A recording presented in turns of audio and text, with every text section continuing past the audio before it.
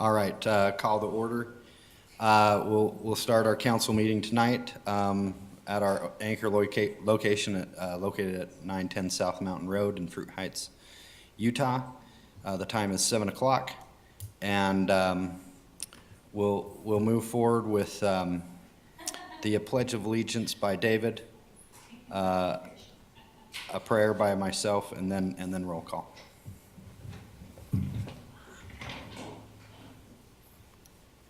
I pledge allegiance to the flag of the United States of America and to the republic for which it stands, one nation under God, indivisible, with liberty and justice for all.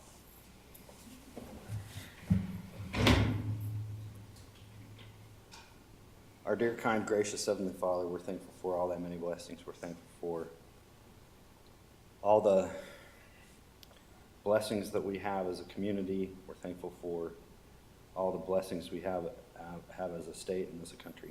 We ask you to bless us now as we proceed in our council meeting to have thy guiding spirit with us. We ask for these favors, these blessings, sincerely in the name of thy Son, Jesus Christ. Amen. Amen. All right. Haley? Mayor Pro Tem Gary Anderson, Here. Councilmember Mark Cottrell, Here. Councilmember David Hell, Here. Councilmember Eileen Moss, Here. Councilmember Blake Winslow, Here. and then Mayor Jeannie Groberg. And Mayor Jeannie Groberg is excused tonight, and I will be the Mayor Pro Tem, as has been mentioned already. All right. Do we have any, after looking at the agenda, do we have any conflicts of interest? No. Okay. Guess that means none of us have opened a new street paving company. Right. All right. Reports. Let's start with Mark. Okay, from my mosquito abatement district update from our meeting a couple weeks ago. So far in Davis County this year, there has been a reduction of by 30% in service requests. And so far this year in the state, there have been 3 cases of human West Nile virus detections: Moab, Utah County, and Box Elder. And the one in Box Elder might have been contacted with West Nile virus in Arizona. And this was interesting, being a neighboring state. There's so far 38 cases in Arizona, and nationwide there's only 54. So if you travel to Arizona, be careful. And is that because they don't have a mosquito abatement district there? Or? I don't know, they were Okay. just saying that it's so much higher than other years, so. All right. Must be something maybe weather-wise or whatever. And then during June, Fruit Heights had 6 spray requests, with 4 of those being for events. And then year-to-date, we've had 9 total spray requests, with 6 being events. And for 2025, Fruit Heights had a total of 34 and 11. So our spray requests also this year are running way behind last year at this time. And the spray season goes from March to October. And then I will probably have to leave early for a family issue in a little while. Okay, whenever you need to go, that will be fine. Thank you for that, Mark. David. Yeah, a few things on the emergency preparedness. We're still looking for a district coordinator. I've talked to a few people, but nothing has been finalized there. I do want to remind people about the fireworks situation. The governor had set a ban statewide on over the 4th of July. Recently, that ban was not extended to include July 24th. So it reverts back to the standard map that was approved a few months ago by the city council. Just as an overview, the areas that fireworks are not allowed, that includes all areas east of Highway 89, Nichols Park area, in areas north of 400 North and west of Highway 89. So if there's any additional details with that, we can look at the city's website with a map that shows exact areas where those fireworks are allowed and not allowed. That's all I've got. Thanks, David. I have nothing to report. Eileen? Our cemetery committee would like to do a presentation. It's going to be at the next meeting because Jeannie wasn't able to be here at this meeting. She Okay. wanted to be here for that presentation. We're kind of excited to show you where we are and where things are going from that. So Okay. that's just kind of moving forward. Awesome. I do have a couple other issues I want to bring up. Do you want me to do it now or later? Your choice. Darren, where are we standing on the pickleball? They're just finishing that up as far as the drawings and all the elevations. Okay, I think they're hoping within the next week or so to have the packet ready to go out to bid. okay, great. Lane, I want to say thank you for mowing the area along the sound wall. Those thistles are so nasty, and I really appreciate taking care of them. What can we do to get Kaysville to mow their area? I'll talk with them and see if they can get it on their map. Thanks. We went through and we mowed a couple lengths I- beyond I- the sidewalk, but yeah, and I I'll appreciate talk that. with them. But, yeah, the problem with the thistle goes to seed, and then it's just getting worse and worse, and it is just a nasty thing, Okay. so. I'll talk with them. Thank you, Yep. appreciate it. And then the other question that I have had asked of me several times is, and Darren, I don't know where to go with this, and so maybe you can help me. The parking lot that is owned by Kaysville that started on fire. The residents in the area wonder if on the times that there will be fireworks allowed in the state, if that parking lot can be, have a chain across it or a rope across it overnight so that people don't feel like they can drive their cars in there. Is that something that, and I kind of tried to say something to the Kaysville officer about that, and they kind of just said, well, we have lots to do. And, I mean, is that something even our residents could do, is I just, can call Cole. I'll call Cole tomorrow. Okay. And just see if they're willing to do that. and then, Those meetings. the other problem is that that particular street, for some reason, is getting a lot of drag racing on it overnight. Okay. And so if that could go to the sheriff as well, because I don't know what makes people use different places, but that, for some reason, that That's the 650 spot right now. is, Okay. seems to be the hot spot. So at least the residents in the neighborhood think that that's the hot spot. So if we could do And- something. And above the Rock Loft Ridge Yeah. Estates is pretty noticeable from the sound and the speed that you can tell they're going. So if you're already mentioning it, maybe throw that in there I know too. they've been doing extra patrols up on Rock Lot because some of the new residents up there are calling. So I know they have extra patrols up there right now, but I haven't heard of 650, so I'll let them know about that. I appreciate it. Thank you. Awesome, thank you. Blake? Yeah, so yesterday in the morning, the Utah League of Cities and Towns had a meeting with the Forestry Service on the issue of the fireworks, and David did a good job of explaining that. The difference for the 24th from the 4th was the 4th was a statewide ban from the governor's office as an executive order. And we as a city, it sounds like, chose not to opt into extending that any further than our already designated area. And part of the reason for that is that a lot of the services we use for firefighting are currently up fighting fires in Washington and Oregon. So please be very, very careful. It's dry, it's drier than it seems. For the areas where fireworks are allowed, if you have anyone that you know of that lives in allowed areas for that, have them put a little bit extra water on the roots of their trees. We don't want to see trees.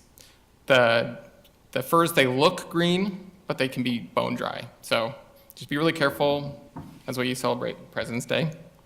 Other than that, I don't have anything else, so. Thank you. Thank you for that.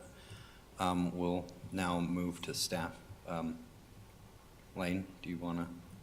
Yeah, just pickleball courts, Darren, myself, Jones and Associates, we've been working on a design, moving some existing utilities, and we'll, like Darren said, we'll get that back to you as soon as we have a design.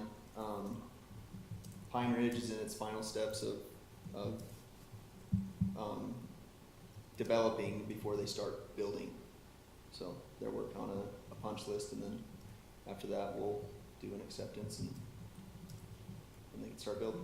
Okay, thank you. And So that's I have a it. question Go ahead. about Pine Ridge and other developments. Okay. It's, since they've decreased the acceptance period for when it, to a year now.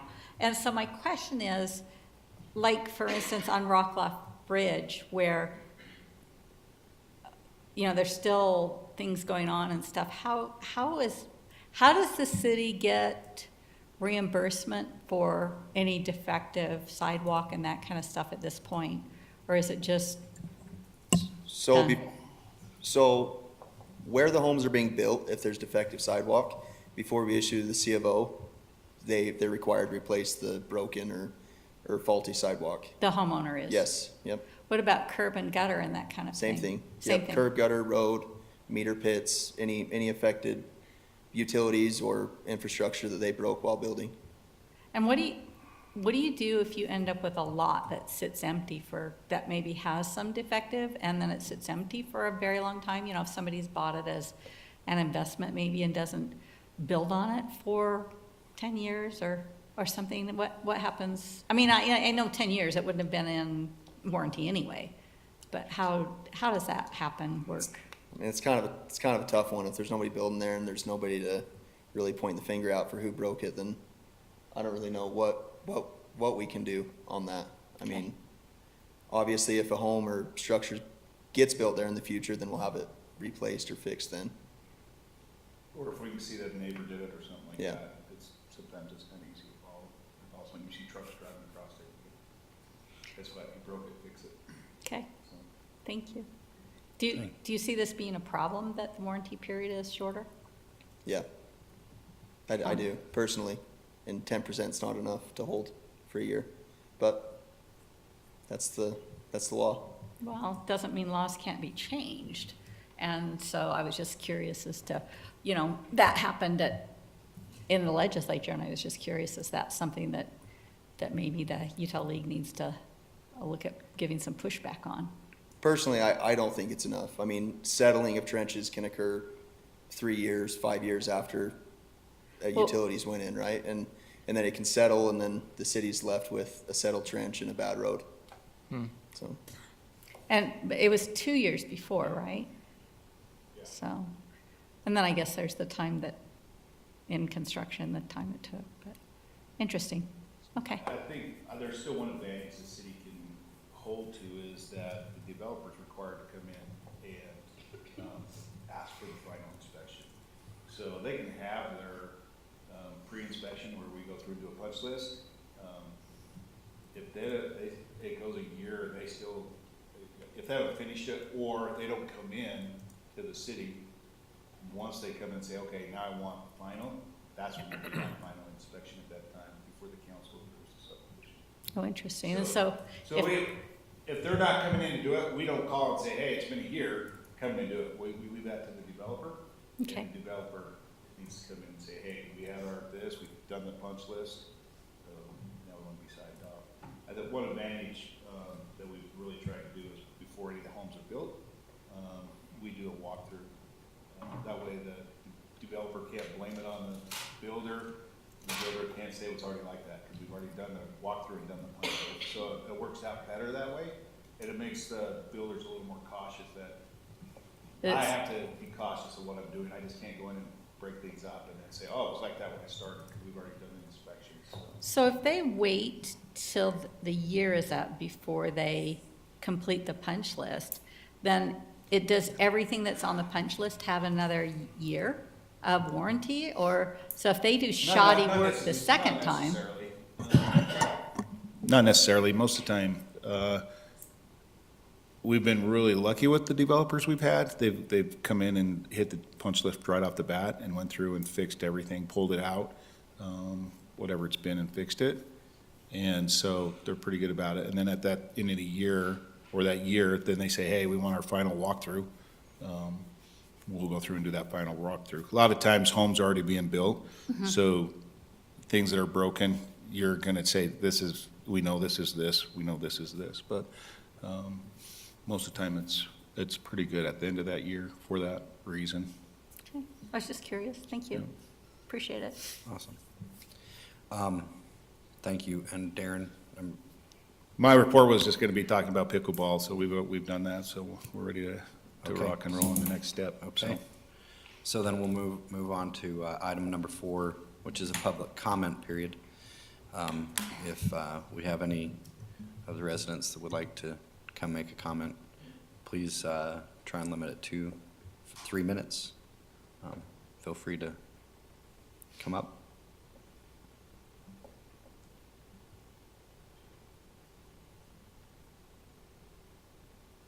All right. Looks like we don't have any takers on that tonight.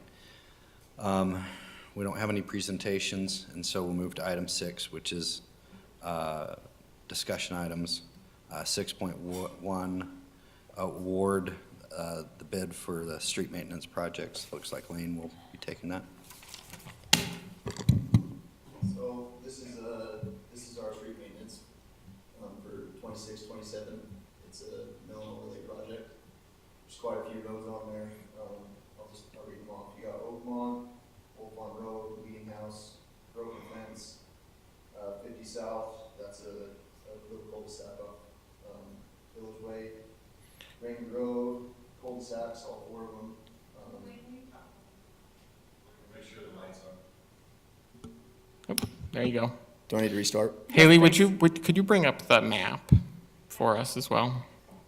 Yeah, if you don't Thank mind, you. just in Absolutely. case somebody's online or whatever, if you don't mind restarting. So the roads we're proposing to mill and overlay, Oakmont Lane, Old Farm Road, Meeting House, Broken Fence, 50 South, Raymond Road cul-de-sacs, Mountain Road Circle, Old Lake Lane, Deerview Circle, Laurelwood, and Greenfield Circle. The contractor that I'm recommending for this, they were the low bid, is Geneva Rock Products.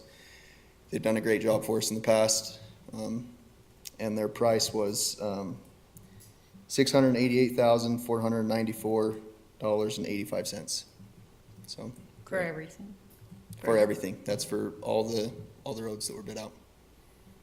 Awesome. So Thank you. it's pretty good price. Yeah, Do we it have seems like any- it. I guess we, $100,000 less than, Yeah, Yeah. it came in quite a bit lower than what we had expected. So especially with the price of oil right now. yeah. So can you just for my own understanding, what is mill and overlay? So a mill and overlay is you come in, you take either the top couple inches of the asphalt surface off, and then you come back in and you put on new asphalt on top, where it can be, you go all the way down to road base and you do a complete surface. On most of these, it's just gonna be a 2-inch mill, and then you overlay it with new asphalt, Okay, so, good deal. yep. It seems like with the bid, that's a little bit lower than what we budgeted for streets. Yeah. Is that something we need to maybe look forward and see if there's another project that needs to Yeah. be added to this? So, and we kind of expected this bid to come in a lot higher, and I don't know if you saw, but we did alternate Yeah, bids for Laurelwood and Greenfield Circle. And so, like, this price is all in one. It's gonna be the $688,000. So to answer your question, yes, I think this next upcoming spring, we bid out and do what we did this year, and we do finish up. see what's left and then bid out and plan accordingly, so. Because there could be overages, I mean, soft spot repairs, you don't really know until you get a road opened up, right? Right. So, Right. But also this should mean that we don't have to pull off of any projects mid-project either, so. I know we've talked about this in the past, but maybe not you specifically, but is there a content of rubber, I mean, is there some specification for rubberized, rubber in the top layer there to help it? Is there are they doing anything different now to Yeah, make I'm it just last longer? Curious. There's Just new more out of there's new curiosity. products out there, but nothing's really tried and true yet. Nothing that I would follow. We stay to the APWA standards. Okay, So that's my recommendation, is to stay with what Yeah. the American Public Works Association recommends. Sure, And then okay. vary from there off a little bit, you know what I mean? But Yeah, 'cause- as far as a rubberized sealant, I'm not sold on them yet. okay. So, Because All right. there was some problems with the curing or that top portion on Country Lane, I think. the chip seal, The chip seal. Yeah. And not adhering, or I don't know what the Yeah. technical issues were, but, it can either be really good or it can be really bad. So, but okay. it's needed. Yeah. But this is mill and overlay, not a surface treatment. Right. And what you're talking about is a surface treatment, I Okay. think, right? Yeah, you're probably right. That's probably what I'm recalling. Okay. Thank you for the clarification. I Okay. just trying to remind myself about it, but thank you. Any other questions? Thank you. Okay, thank you. All right, we'll move into action items. We'll move into 7.1. I'm looking for an approval or denying the bid that we just talked about for street maintenance projects. Motion to award our street maintenance project to Geneva Rock Products Incorporated, them having given us a bid of $688,494.85, which is great. Seconded. Okay, motion by Eileen, second by Blake. All those in favor say yes. Yes. Yes. Yes. Yes. And those opposed say no. Looks like it's unanimous. I did, and I said yes. Okay, moving on to 7.2, approve or to approve the city council minutes of July 7th, 2026. I make a motion that we approve the city council meeting minutes for July 7th, 2026. Seconded. Second, do we have any comments regarding that? No. Okay, looking for a motion to approve the city council minutes of July 7th, 2026. You had the motion. Yeah, I've got a motion in a You need to second. call for a vote. You Oh, motioned, sorry, Lisa. I'm new at this. All right, looking for a vote for, all those in favor say yes. Yes. Yes. Yes. Yes. All right. There are no tabled items, no new city business, calendar items on the, I have a question under new items. yeah? Do okay, we know when please. the planning commission will be addressing the trails portion of the general plan and when we will see that back? This next meeting? So we're bringing it up again the next meeting? You'll bring it up with the planning commission the next meeting? Yes. And then how soon will you be setting a public hearing for that? I'll just go by their direction on when they want to get everything going on that. They're going to be doing some rezoning possibly on this next meeting, the moderate income housing, the strategies, they're going to go over that again. And then they're going to send those to the city council. And Because I feel possible like lot split, and then the that will council be part of it. direction on the plan, on the trails was to work on that ASAP. We'd like to see that happen very soon. So, Okay. Thank you. Thank you, Eileen, for bringing that up. Okay, I'm just going to go over the calendared items. Item 10, July 24th, 2026 is Pioneer Day. The city office will be closed. July 28th, Planning Commission meeting that we just talked about will be held. And the subjects, one of the subjects, rezoned property located on 1207 South Main Street, and properties located at 1112 South Lloyd Road. And then on August 4th, city council, our next city council meeting. And we don't have any reason to have a closed session tonight, so I'll be looking for motion to adjourn. Motion to adjourn. Second. Motion by Blake, second by Mark.